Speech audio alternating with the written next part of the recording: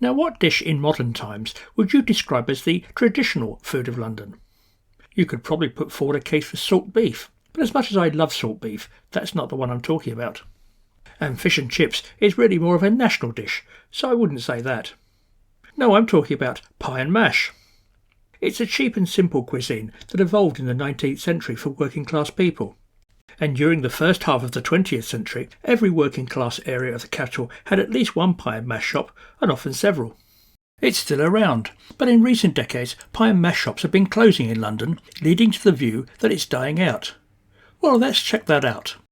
In this video, I'll be visiting several of London's leading pie and mash shops, some of which have been in the same family for 100 years or more. I'll be talking to the current generation of the families, as well as some staff and customers. In most traditional pie and mash shops, you can also dine on eels, a much older London staple. So stay with me, and later in the video we'll also find out about eels.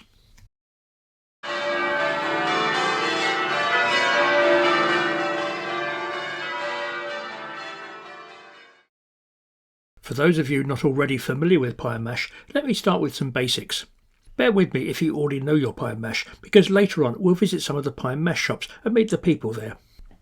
It's a very simple combination, which is pretty much the same in every pie and mash shop.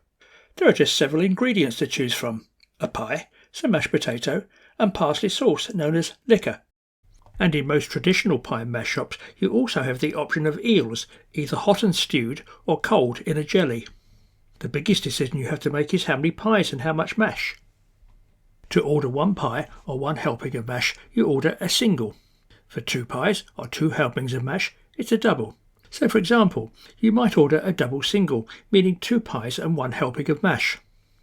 The pies are made from pastry with a fluffy top and a filling of minced beef, and the mash is plain potato. The liquor has nothing to do with alcohol, but was originally the juice left over from boiling eels, mixed with finely chopped parsley. Pie and mash originated as a quick and cheap midday food in the parts of the capital where less affluent working class people lived and worked, particularly East and South London. It's often referred to as a meal for cockneys, and indeed that's what it's called in a recent article in the New York Times, which described it as a working class meal with deep roots. As a sign of its enduring appeal, when David Beckham was honoured with a knighthood, look how he celebrated with his mother and sister, by taking them to the pie and mash shop near where he grew up. In modern times, we often hear the phrase fast food, but I can guarantee that pie and mash is the fastest cooked food around. There are many traditions that are important to devotees of pie and mash, and there is always debate as to which shops serve the best pie and liquor, and also how it should be presented on the plate. One person will say a liquor is too thick or another is too thin. Most prefer to turn their pies upside down to soak up the liquor. You won't find a lot of condiments on the table, certainly no ketchup or mustard, but you will find malt vinegar or malt vinegar flavoured with chilli. In traditional pie and mash shops, the walls are normally tiled. You order at the counter and you'll share a marble-top table with other customers sitting on a bench. But enough of this explanation. Let's hear from Chris Ross. Pie and mash and liquor. It's the nectar of the gods. Never mind the caviar, that's for them posh sods. 2 and double, fork and spoon, non-brewed and white pepper. Down the market feeling peckish? It doesn't get much better. The Cornish are their pasties, and of course there's fish and chips. Scottish seem to like something that they call tatties and nips. But if you come from London, and if you work in class, pie and mash and liquor will be on your epitaph.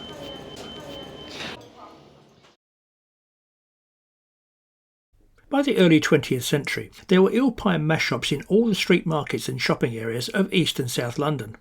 But 3 names were ubiquitous. All 3 families are still around, so I paid a visit to each. Perhaps the oldest surviving name in the business is that of Cooke, and there is still an F. Cooke shop located in Hoxton Market near Shoreditch. The owner is Joe Cooke, who comes from a long line of family involved in the eel pie and mash business. Joe loves to tell a good story, so if you're in Cooke's when he's around, you may find yourself being entertained with a few interesting tales. Joe explained the complex history of the Cooke family pie and mash shops. Right, great-grandfather Robert Cooke, who we have a picture of on the wall here, reputedly started, it's sort of going back to like when you talk about legends like Robin Hood. It's so far back, nobody can actually confirm it or not. But reputedly, he started his first shop off in 1862 when he was around about 21, 22. He was a fishmonger by trade.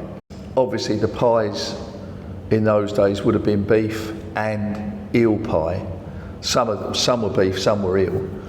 Before then, years before, hundreds of years before, there would have always been the pie men with their trays on their heads selling their pies of all different types. But the thing is with great-grandfather, he was the first man to actually put, I think there may have been other pie shops, they say, historically, but he was apparently the first man to put the meat pie, mashed potato, and the parsley sauce, which would have normally have gone with fish, certainly the eels. He put that with the meat pie, as opposed to, which everybody says about gravy, which we do not have. We only have liquor, parsley sauce. Great-grandfather had his shop in Sclater Street, which, as you may or may not know, is in between Bethnal Green Road and Brick Lane. It lays diagonally across Sclater Street. But eventually he had two sons, Bob and Fred, who both in turn had two sons, and they decided to call them Bob and Fred and Bob and Fred, which makes life incredibly difficult when you've got a family tree with so many Bobs and so many Freds. Nonetheless, all of them had their own individual shops, some more than one. My grandfather, Robert Cooke's, one of his sons, Fred, had two shops, and his other son, who was Bob, who was Uncle Bob, had two shops, one in Stratford and one in East Ham. I think originally there may have been one in Cambridge Heath as well, Cambridge Heath Road. And obviously they in turn had their sons, Bob and Fred and Bob and Fred, and they also had their different shops. One at the Cut at Waterloo. My father took over our shop at Broadway Market in about 1947, and so it was. And different branches of the family as well, different cousins and stuff that married into the family, like the Manzes, opened their branches of shops as well. I had originally been born and brought up at our shop in Broadway Market, which sadly we had to sell 2 or 3 years ago. My brother was running that and he wasn't particularly well, as indeed he still isn't. And we opened here in July '87, where there'd been originally, to make it a bit more history, where there'd originally been a pie shop in Hoxton, which was, there were more than one, but the one that was my family was R. Fortune, which was Richard Fortune, known as Uncle Dick in the family. His actual name was Dirk Fortuyn. He was a Dutchman, and he married one of great-grandfather's daughters, Amy. And they had their shop literally diagonally across the road from where we are now. And in actual fact, my great-grandfather died in that shop in 1897. So it goes back a fair while. With our pastry for our normal, I say normal, our meat pies, the bottom obviously has to hold meat and the juice that comes from the meat. Because we use 100% beef, you actually get juice come out of the meat. It's real meat. So because of that, the bottom needs to be more substantial, if you will, than the crust on the top, which is a short crust, which is normally, we make it with flour, vegetable marge, beef suet and salt and water. So that is a proper short crust pastry. The bottom, however, when we kick off making a fresh batch of bottom dough, we would just use flour and vegetable marge and salt and water. So it's far more substantial. There's the bottom, there's the top. We've heard from Joe about the Dutchman Dick Fortune and his eel pie and mash shop, which had been in Hoxton Market. If we follow that family tree, we eventually arrive at the noted Eel Pie House at Leytonstone. During the 19th century, the men of the Hack family were Dutch barge skippers who sold their eel catches to London. The young Wheat Hack settled in London and learned the eel pie mash business from his cousin, Dick Fortune, and Dick's relatives, the Manzes. In the 1920s, Wheat and his brother began opening their own shops. In 1977, the family closed the shop at Bow in East London and moved to the present site at Leytonstone. The Manzes married into the Cooke family, and thus a second dynasty of eel pie mash shops became established. There are currently 3 branches of M. Manze, and the one at Tower Bridge Road in Bermondsey is the oldest surviving pie and mash shop in the country. I went along to meet the people there. The latest generation of the family are Rick and his daughter Emma, and I asked Emma to explain about pie and mash. So historically, pie and mash and eels is a working man's meal. It's a cheap meal for locals in the area to come and enjoy with their families. And who better to explain the enduring love of pie and mash than Junie, behind the counter at Manze's, who has been eating or serving pie and mash all her life. I think mostly tradition, more so now nostalgia. When I was growing up, I was always put on the end of a seat. Like the rest of my family would be sitting on the benches there. I was plonked on the end. I was always next to the old lady who took her teeth out to suck the jelly deals. It was that kind of thing. So even now when I'm serving them and I have to explain it, it's like, yeah, I'm sure you'll enjoy it. It's that kind of thing. But yeah, it is. People would come with their big old prams and they'd have their washing and everything piled on top of it. They'd have a couple of children in the trays underneath. They come in, they sort of tip the children out with their mash and their liquor. I'll be back in a minute. They're off to the laundrette, stick the washing in. They come back and enjoy a little bit more. Go and pick their washing up, come back, kids back under. And they're away. We used to have a lot of stalls outside here, so a lot of the mums would go and do their shopping while the kids were sort of, it was like a creche almost. They'd sit and eat their liquor and their mash. Even my own babies, when we went to register them at Southwark, on the way home, 6 weeks old, you're rubbing a little bit of liquor on their gums. It's kind of like the initiation of the pie and mash world, and then they progress from liquor to mash and liquor, and then pie, mash and liquor. So it's very traditional. Are you having liquor with it as well, darling? Yeah, I think if you're from either side of the river, the stories are pretty much the same as south and east. I think it's very territorial. Everyone's got their favourite pie and mash and their stories, and the debate about whether it should be scraped on or scooped on. You know, there's always someone. It's a travesty, South East London, if it's with like an ice cream scoop, and it's the opposite in East London if it's scraped on. So, so I should imagine there can be a lot of rivalry between pie and mash shops. So we put the mash like this basically to stop the liquor sliding off, because you would have been served it in a bowl originally. Manze's at Tower Bridge Road was originally opened in 1892 by Joe Cooke's great-grandfather Robert. Robert Cooke's son-in-law Michael Manze took over the shop, and it was then renamed M. Manze. Over the decades, it has passed down through the family and is still owned and managed by Michael's descendants Rick and Emma. I asked them about the history of the Manze eel pie and mash houses. I'm the third generation in the Manze family in Tower Bridge Road. This shop has been in existence since 1902. It was started by my grandfather, Michael Manze, who came over when he was a little boy from Italy on the Amalfi Coast.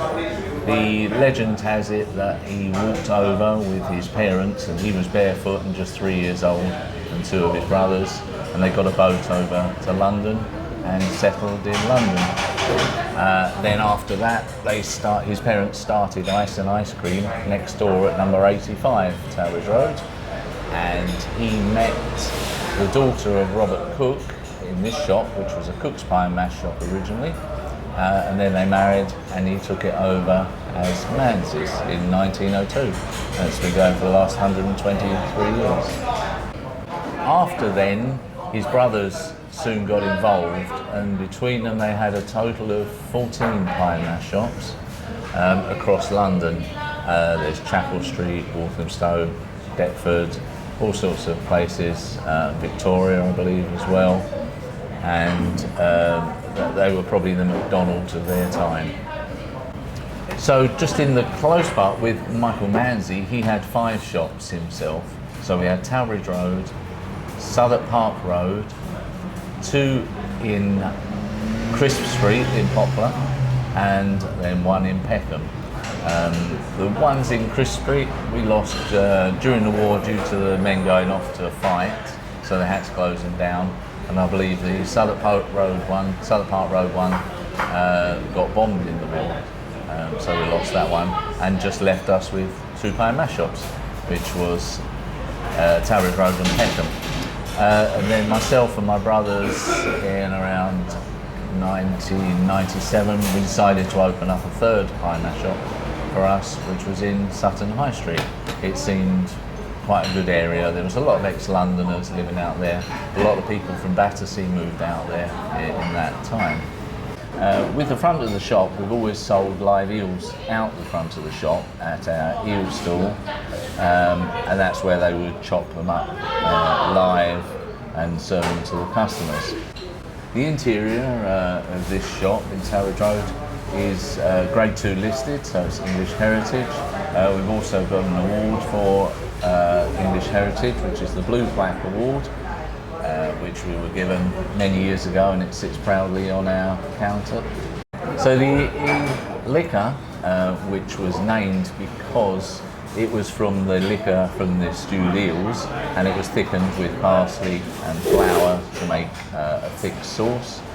We don't use eel juice anymore for many reasons to do with their health risks. A lot of people are allergic to fish, and we have to divulge that all the time, so we don't use eel juice anymore. We've got lots of different characters. We've got people that have been coming here since they were children. They were brought in by their parents, who were brought in by their grandparents, and that sort of thing. Everyone's got a story to tell you, and they're very, very similar. It is, I was brought in here by my mum. Then when I went to school, this is where I came with my dinner money. When we used to do the liquor, we didn't always supply containers, so you had to bring jam jars along with you. People even bought sample jars that they got from the doctors. It was all a bit, But even when I used to go swimming on a Saturday morning, or to the pictures on a Saturday morning, I took a jam jar with me so I could get some liquor on the way home, and I'd drink it like a soup.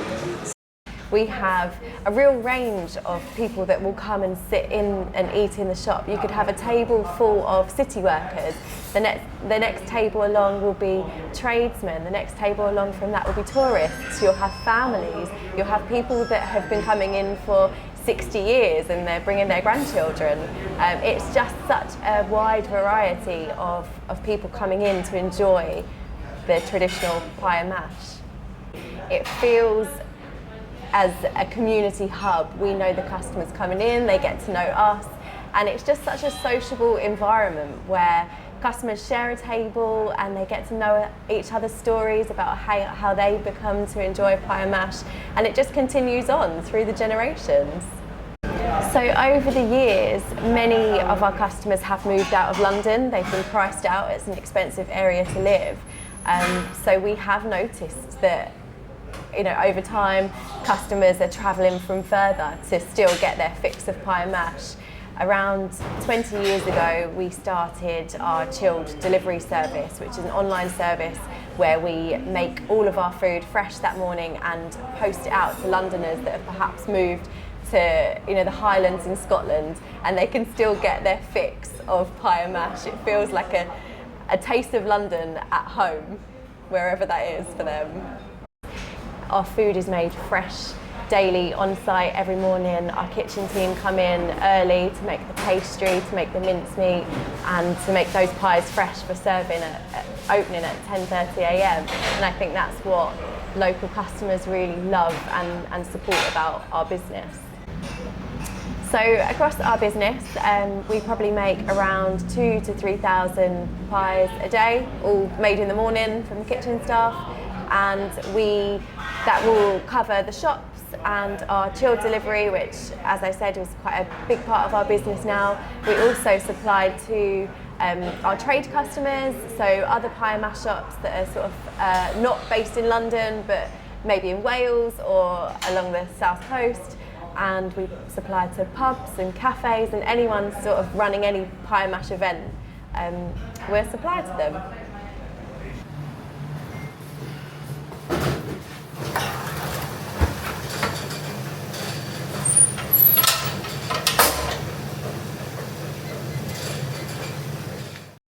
Whenever you talk to lovers of pie and mash, you'll find they shop around and try them all, and they'll be incredibly loyal to the shop they prefer. I've been to every pie and mash shop in London. This is by far the best one.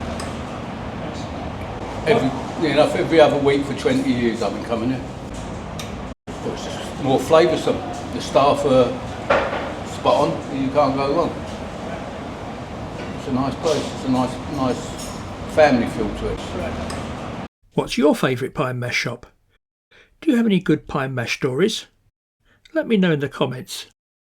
In times before every home had a fridge, housewives would go out to buy food on an almost daily basis. And before big superstores and shopping centres, the place to do that was in London street markets. It was in those street markets that many of the pie and mash shops were located. One of the East End's biggest street markets was in Roman Road at Bow.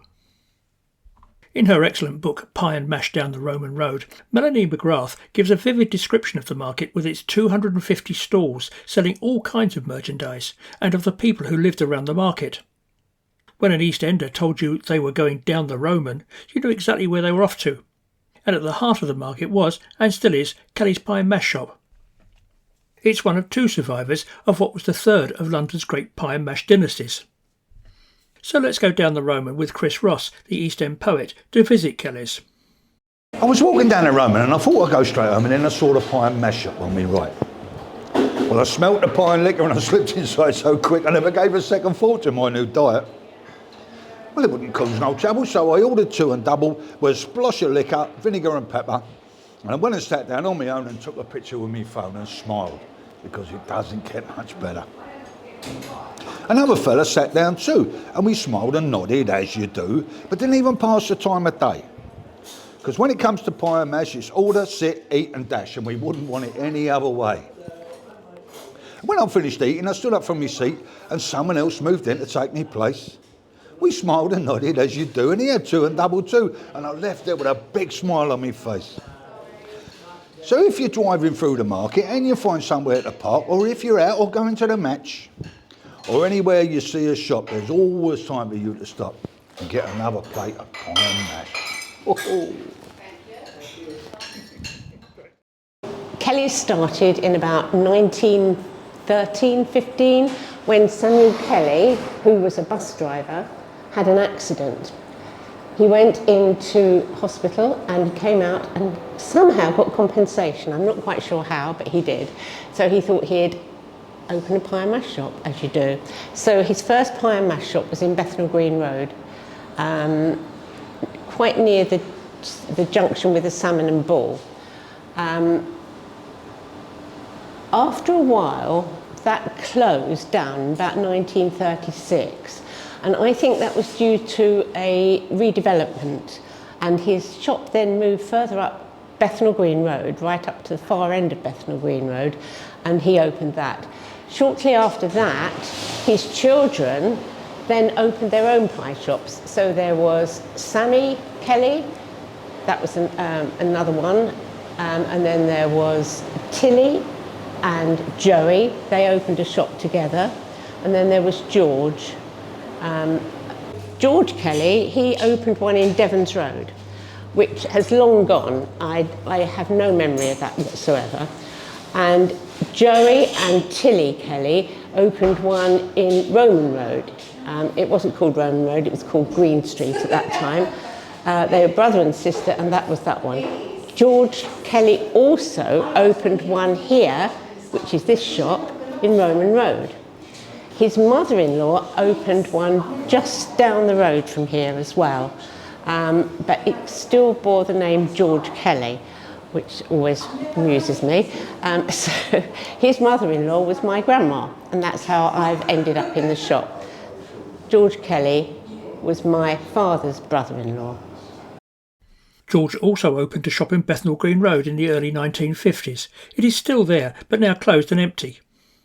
But further along Bethnal Green Road, there is still a shop run by another branch of the Kelly family. The shop here at 526 Roman Road ran all through the war with my mother working here. My father was in the army. My father, before he went in the army, secured a meat ration which enabled the shop to stay open for all the working people and all the people that were bombed out of their houses and had no means of cooking. So then I was born shortly after the war, and I grew up here for the first 5 years of my life above the shop in the flat here, being taken over to Victoria Park every day by my mother, and looking out of the window above the shop, looking at the people in the market, looking at the stall outside with the live eels, much to my fascination. When I was 5, I moved out. In the mid-60s, I started as a Saturday girl here with our old manageress, Meg. And then my father sadly passed away in 1969. I was at Teachers Training College then, and I did continue that and I qualified, but then the shop was very busy and I got drawn back into it. So all during the 70s, I worked here full time. The market was a very, very busy market in those days, and we needed all the help we could get. My mother was running it, and so was I with her. When I started here full time in about 1972, the market was absolutely crazy. It had all the clothes that all the girls used to come down on Saturday to buy to go out at night. I used to go out, we had half an hour break, and I used to go out and not get much further than a quarter of the way down before I had to turn around and come back. It was jammed. It began to wane slightly, but fortunately we still have a market of sorts. Another of East London's famous markets that has long been synonymous with Eels Pie and Mash is Crisp Street at Poplar in East London. It was redeveloped in the early 1950s and these days looks very different to how it was in the past. But it still retains 2 pie and mash shops. One of them is Maureen's. In true Pie and Mash House fashion, the business has been handed down by Maureen to her son Jason, who now manages the shop with his wife Karen. It can get very busy at lunchtime, but like Manze's, Jason and Karen also supply other places with their pies. It makes for a very long day in the kitchen for Jason. My day normally starts between 3:30 in the morning. I get myself up and get myself down to the shop, and I normally get in here, I suppose, about between 4 and 5, and sometimes earlier than that if we're that busy. And I come in, start cooking some meats, and then while they're going I start on the pastry, which then I'm doing pastry then virtually for all day. Just pulling it through and making again, and pulling it through, making again. And in between that, it's making liquors, get the potatoes all peeled, ready to go. There's always plenty to do. And then getting ready to get things done, ready to open. Have I already mentioned how all those who love pie and mash seem to have their favourite shop and are very loyal? I was born in the late 50s, 1957, and as a very young lad, my dad used to bring home pie and mash. I didn't know what it was at first. Obviously, it looked a little bit funny with the green stuff on it, being a kid, but after eating it, I really enjoyed it. So I kind of went all through my life with pie and mash. Now, in the early 70s, I used to go to a school in Leytonstone and always used the Leytonstone Eel Pie House it was. And I used that for years and years and years, and I couldn't really be moved away from it. Wherever else I tried, I sort of ended up going back there. It was always the one to be. And then someone said to me, "You've got to try Maureen's Pie and Mash." And I went, "You know what, I've had it before, weren't overkeen. Now give it another go, Mick." And I went along there and I did, and I was absolutely gobsmacked. I thought, yes, that is now my number one. I don't do anything else. the girl I married, who I met and married him, who lived in Whitstable, kind of really only been a Kent girl, never really heard of pie and mash. And then I said to her one day, we'd go for some pie and mash. And she said, what's that? I said, well, it's like a meat pie with mash and you have this green liquid. She goes, what is liquor? So I said, well, it's like parsley sauce with a bit of this and a bit of that. And I said, it's nice, I like it. So I took her along, and my friends used to call her Posh Sally because she had a very well-spoken voice. And we went to a pie and mash shop, and Shelly goes, oh my God, what is that? I said, don't judge what you haven't eaten. Eat it and see how you get on. She ate it, now she's converted. Pie and mash, and we come to Maureen's and buy 2 dozen pies at a time, take them home for when we can't both come up here. And then we have pie and mash at the weekend. Most traditional pie and mash shops also serve eels. So let's talk about the wriggly fish. But before that, a quick reminder to let me know what you think of the video and give it a like if you're enjoying it. Check out other videos in this series and subscribe to get notifications of new videos on the channel. You'll also find a link in the description where you can sign up to my newsletter. Tourists, we get a few tourists in as well, which is lovely now, and they always want to have the eels. And they usually order them, and they pull a few faces, and then they leave them. So, but a lot of people still like them, but a lot of people try them as more of like just to try it. We had a customer came in once and said about what were eels, and I said, well, kind of like a snake. And she went, oh, I'm not eating snake, I'm not eating snake. And I said to her, it's a fish. Yeah, but you just told me it was snake. I said, no, it's a fish, but the closest I can explain it is that it wriggles. And she was like, no, I just stick to the pie and mash. She said, I'm not having snake. And then I could hear her go to her friend, you know they sell snake in there, don't you? And yeah, that was a bit awkward. It's the early hours of the morning and most Londoners are still asleep. But I'm on a mission to discover how eels get to pie and mash shops. In past times, many of London's pie, mash and eel shops kept live eels, which they sold from outside the shop or processed in their kitchen to be sold cold and jellied or stewed and hot. But these days they buy them already processed from suppliers at Billingsgate Market. It's here that I'm visiting Barney's Seafood, one of the major processors and suppliers of eels. Come in, follow, walk this way. This is our factory where we do the processing of the eel.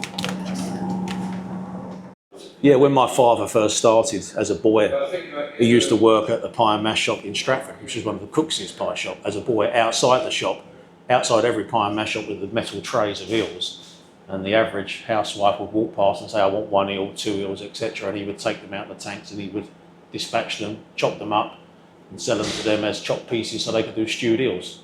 Stewed eels and mash or eel pie was a great dish. Over the years, that's all changed.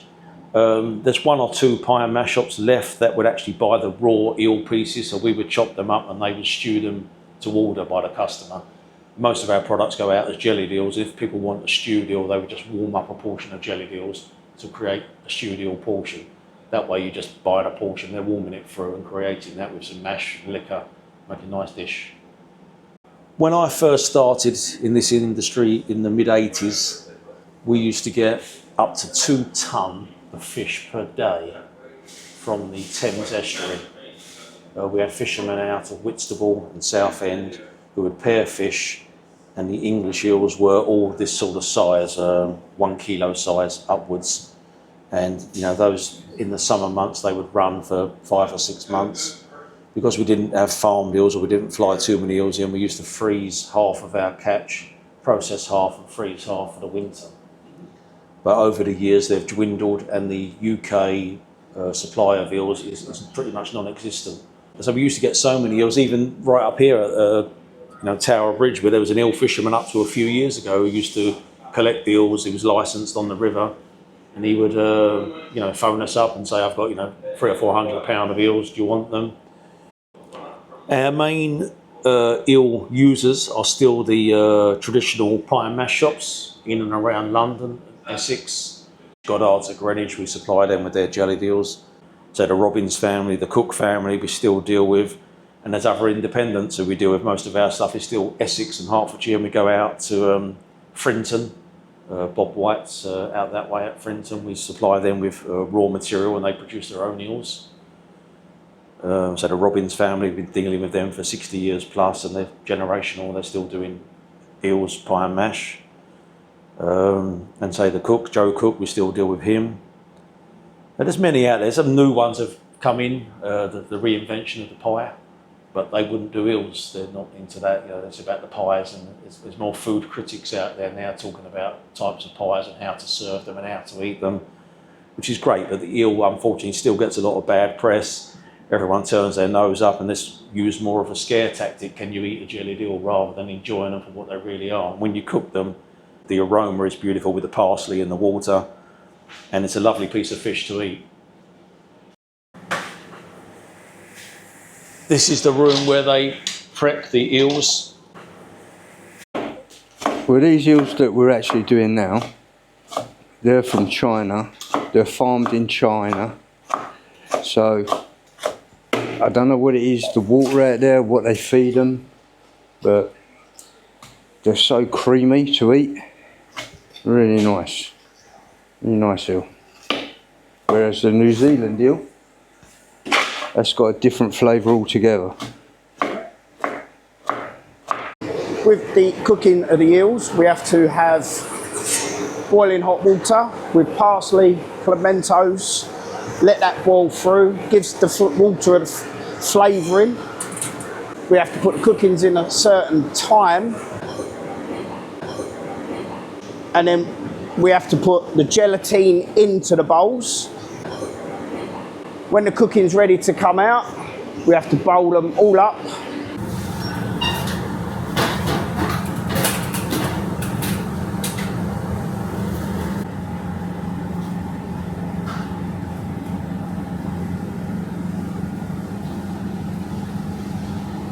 And overnight they become jellied eels. Now Ginger will get me to discover the difference in taste between the New Zealand and Chinese eels. That's the farmed eel.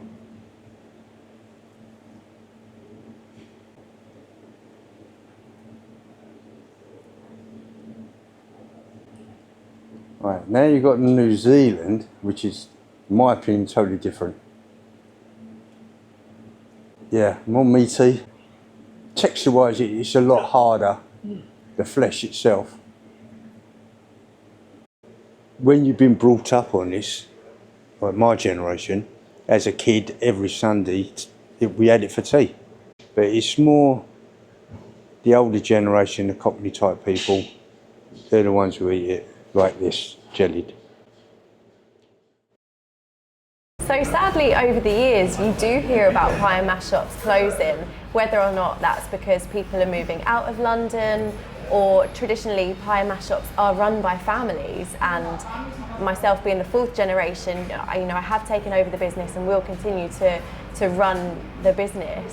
Whereas I guess that's not the case for a lot of families. They might not want to continue in the family business. So that's, I suppose, why you hear of them closing down, but for us that's absolutely not the case. While I was making this video, 2 long established and well loved pie and mash shops shut their doors. I managed to get along to Manze's at Deptford just before it closed, when George, grandson of Michael Manze, decided to retire. Yet in recent years it seemed that for every pie and mash house that closes within London, 2 open elsewhere. I know of 19 pie and mash shops within Greater London, some of them long established, such as Armant's at Walworth and Castle's at Camden. But there are over 30 currently open in towns such as Romford, Margate, Chelmsford, Colchester and Rochester. These are just several I came across recently on my travels. So I went to Clacton on the Essex coast, where there is not 1 but 2 pie and mash shops very close to each other, Loveday's and Covs. That gave me the chance to enjoy an excellent pie and mash at Covs, and also meet Matt Coventry, the owner of Covs. People say to me, Matt, what made you open up a pie and mash shop in Clacton? Well, one of the reasons was pie and mash is dying out in London. All their Londoners are all moving out of London. So obviously I came to Clacton, it's a bit of a fresh start. And I talked to people there from Bethnal Green, Hackney, Walthamstow, Leighton, Islington, South London, all over, and they all love pie and mash. And obviously as pie and mash shops in London shut, you get more opening up out of London, like Essex, Kent and wherever. And obviously one of the reasons for me to take this shop on was the opportunity to make my own pies. So I have Covs pie and mash and I'm making my own pies, which I was taught by the previous owners how to make pies, but I've just tweaked them and made them better from what they were before. And every time I make a change, I'll taste the pie to see if it's, I think it's better. Some people will like it, some people won't. You know, you can buy pies from the places like Maureen's, and obviously you can buy them, collect them, and then sell their pies. But for me, it's I've got Covs pie and mash. I want Covs pies. And you know, like obviously with the mash, people, like a fella said to me the other day, oh, you need to make it a bit creamy. I put butter in it. You don't have butter in pie and mash. The drier it is, the better, because you're putting the liquor with it, which is obviously what you're having pie and mash for. Pie and mash is an old traditional food that was very cheap years ago. And years ago, all you had was, it was the first fast food really. You had fish and chips and pie and mash. They were the two places. You didn't have all these other ones like McDonald's, Greggs and chicken shops and stuff like that. Every high street you went down, you had 2 or 3 pie and mash shops and 2 or 3 chip shops. You didn't have all the others. So that's why pie and mash was very big years and years ago, and obviously you just got to keep it going by... I love pie and mash, so for me it's just got to keep going. I think it's great. I think it's a tradition that shouldn't, you know, it should always be a tradition, absolutely. We need to keep it going, because it's our heritage really, isn't it? From what we've seen so far, you may think pie mash only survives because of nostalgia. But just maybe, new generations of people are discovering it. But before we hear about that, let me mention there were lots of interesting bits I couldn't fit into this video. I'll be following up with a second video about pie and mash with some more tasty morsels, so look out for that. So with the new people that have moved in, you know straight away that they've not been in a pie and mash shop before, just by their mannerisms. So they'll walk in, suddenly they'll take a seat, and you have to go over and say, you know, we don't do sort of waitress service, would you mind coming to the counter? Yeah. So they'll come to the counter and then they'll be looking at the menu for about 10 minutes. And I have to say to them, sweetheart, we only do pie and mash really. So it's a vegan pie or it's a beef pie, mash and liquor. And they'll still stand there and eventually they'll order usually the traditional, and they'll look at the eels for about 10 minutes, but they won't have them. They won't have the eels. Our customer base is growing with the help of social media. I think we're bringing in a lot of new customers that have seen us on YouTube or TikTok or wherever it is and want to come and try a traditional pie and mash that perhaps they've never been before. The mash gets scraped along the plate, the pies turn upside down, the verdant liquor poured across until they nearly drown. The softness of the pastry makes this banquet taste complete. Oh, you feel like a great white hunter sometimes looking for the meat. But pie, mash and liquor, we want it when we do. And when we do, we like to recommend that you do too. But if you come from somewhere else and it ain't in your blood, you need a taste bud transplant, mate. I rest my case, my lad. Thanks for watching. Please remember to like the video, and don't forget to look out for the second part of my pie and mash and eel story.